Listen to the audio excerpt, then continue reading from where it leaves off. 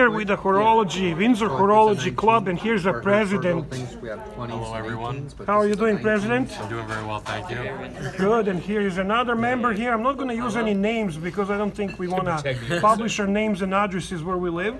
Yeah, I don't like my picture taken. No, you can take pictures of my watches, just not me. The names have been changed. And you're the best looking member. No, Better run and hide. I'm not.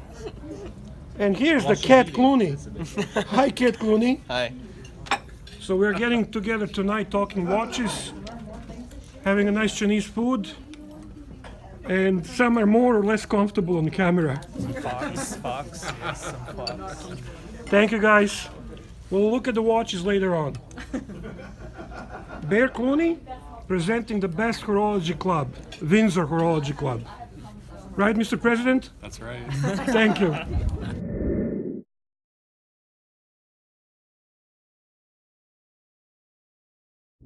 Cat Clooney has found a watch he really loves.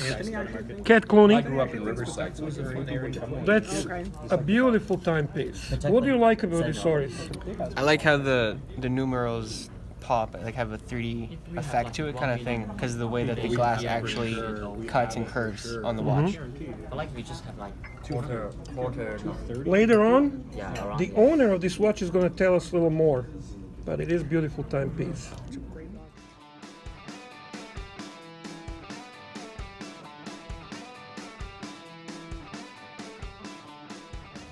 And here we are with our president of the club, Bryan, the Panda Bear.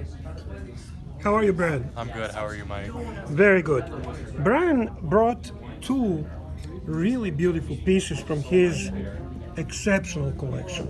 Thank you. I am always impressed and mesmerized when I look at your collection, Bryan, because I think honestly it represents what watch enthusiast is all about. It's truly not a snob collection, it's a collection consisting of some timeless, iconic pieces, and it clearly illustrates your knowledge and your love for watches. So why don't you tell us what did you bring tonight? Well, I brought my Omega Ploprof. Oh, you want to start from there? I went toward this. I was drawn to it. But okay, we'll start with the iconic Ploprof. This is Tell us a definitely, little bit about it. This is definitely one of my favorite pieces in the collection. Let me see. Let me handle it, and you just talk about it. I'm not into big watches as much anymore, but I will tell you this, that this is something that I will always want to keep in my collection, and I love the size on it. It's something that I found very unique.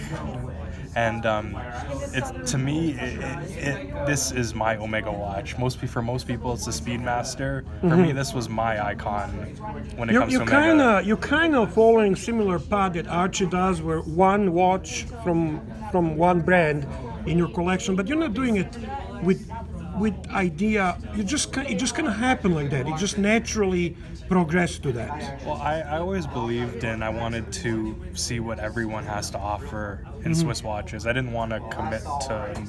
The only brand I have more than one watch is Rolex. I don't blame you. Bear Clooney approves more than one Rolex. Let's make that clear. I'm sure you do, Mike. Like for me, like Omega, for me this is the one watch to have. I just, like I said, 70s watches are my thing. Like, I know you don't like it. Like, No. The Nautilus. Okay, Nautilus right? reminds me on the old TV tube See, screen. I love 70s. But this watch definitely speaks to me. Now, I prefer this over the new edition. Do you know why? Well, I know you don't. You probably don't like the titanium in the new one. No, why did they do titanium, Bryan? Tell me, please, why? I know this is a heavy watch, and I'm sure they probably heard complaints. I love how heavy it is. Yeah, I do too. I couldn't wear the new one. I don't like the new one. It's too light. It's too expensive. It retails for 14,000 Canadian.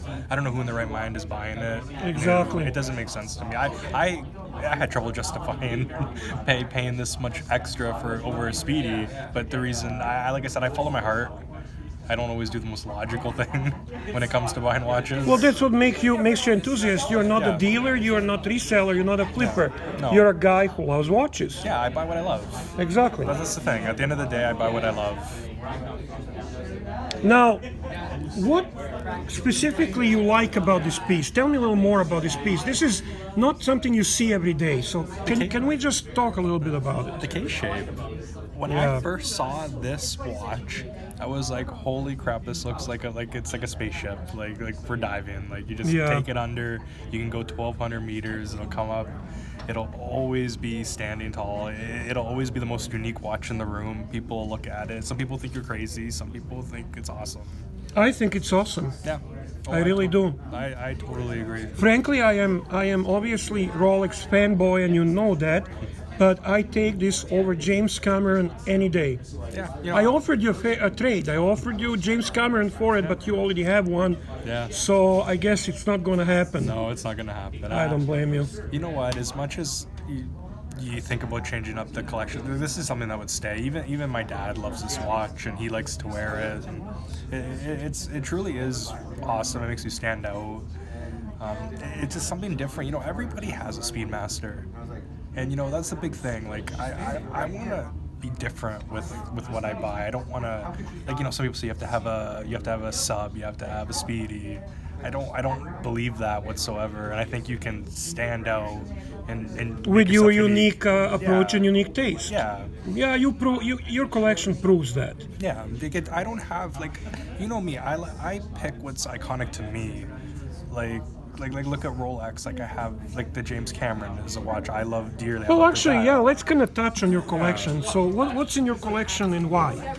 Well, to start, I have the AP Royal Oak, and I love the Octagon. I love AP as a brand. I think they do a wonderful job. And this is what you brought tonight. Yeah, this is what I brought tonight. This is one of my favorite pieces of my collection. Now, when you were going after this piece, you scared me a little bit because you were talking about possibility of getting offshore.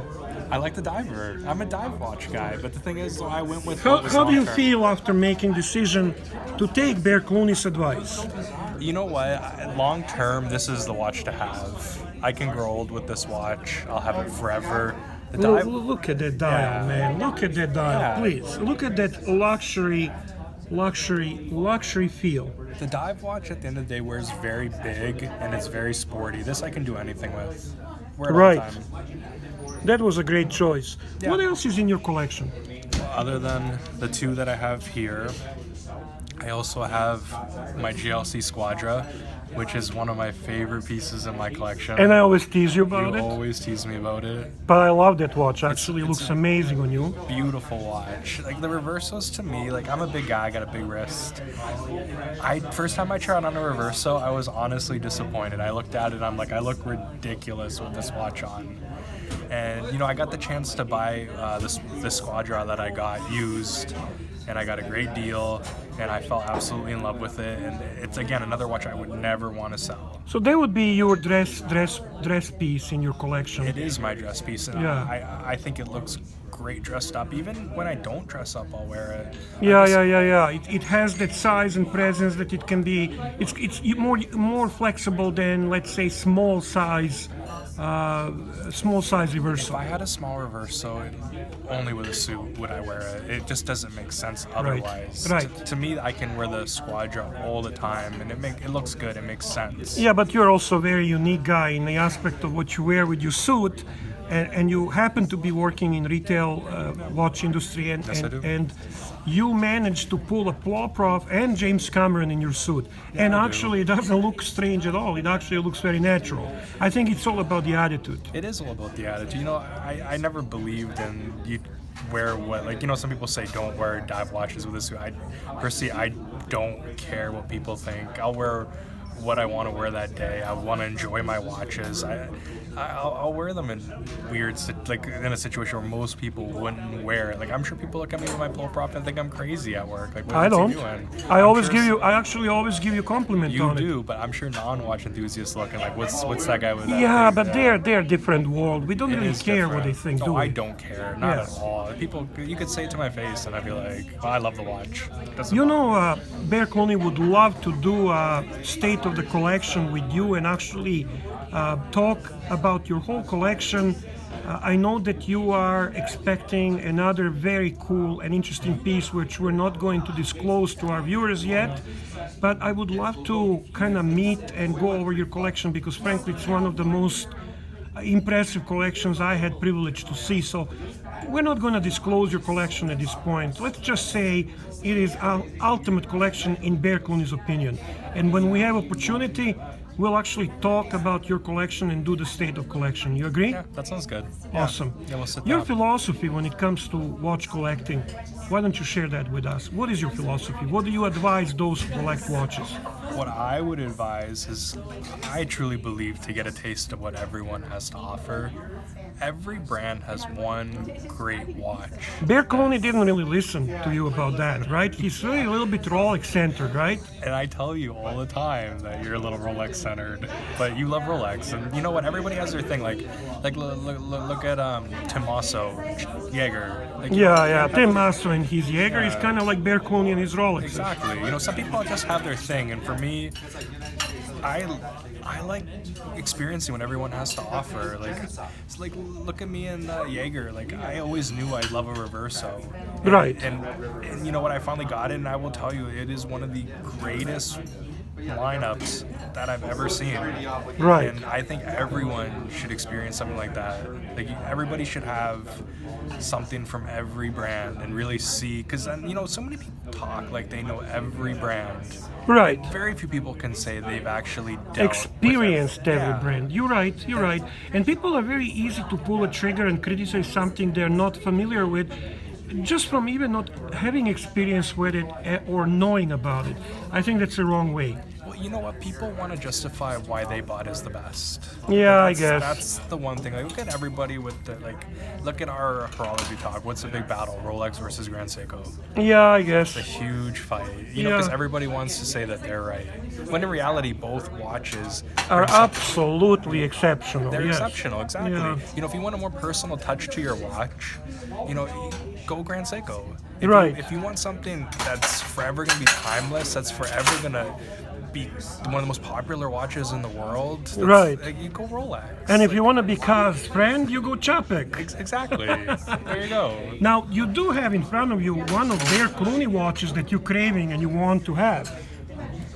Yes, I do. So this is not, Bear Clooney is not all about Rolexes. He does have some pieces that Bryan actually admires. This is my favorite watch in Mike's collection. Why? Something about this, just the symmetry of the dial, the way the hands are done, the way the case is done, like just the work put into this watch, it just works for me. Even with the 39mm size, and like as you can tell from my collection, like You prefer modern size, yeah, yes. I like modern size, but I would buy this, I would wear it, I would enjoy it, I wouldn't care about the size. I remember when I bought it, your comment was, your collection just got some additional credibility. Right? Not like I probably did say something like that. Yeah, that was kind of like that, and you were happy to see that I purchased this so that it's not all Rolex center, but there are actually some pieces besides Rolex that actually mean something. Yeah, like for your collection, it is a wonderful collection, but with the little stuff that you added to your collection, really takes it to a whole new level. Like, look at your Grand Seiko, look at your Breguet. Like, you've experienced a lot of what the Swiss have to offer now. Some of the best pieces. Like, look, this watch is great value. What is this retail for? Like 6 or 7 Canadian? I think what is it retail? It retails almost 10. 10, yeah. Right.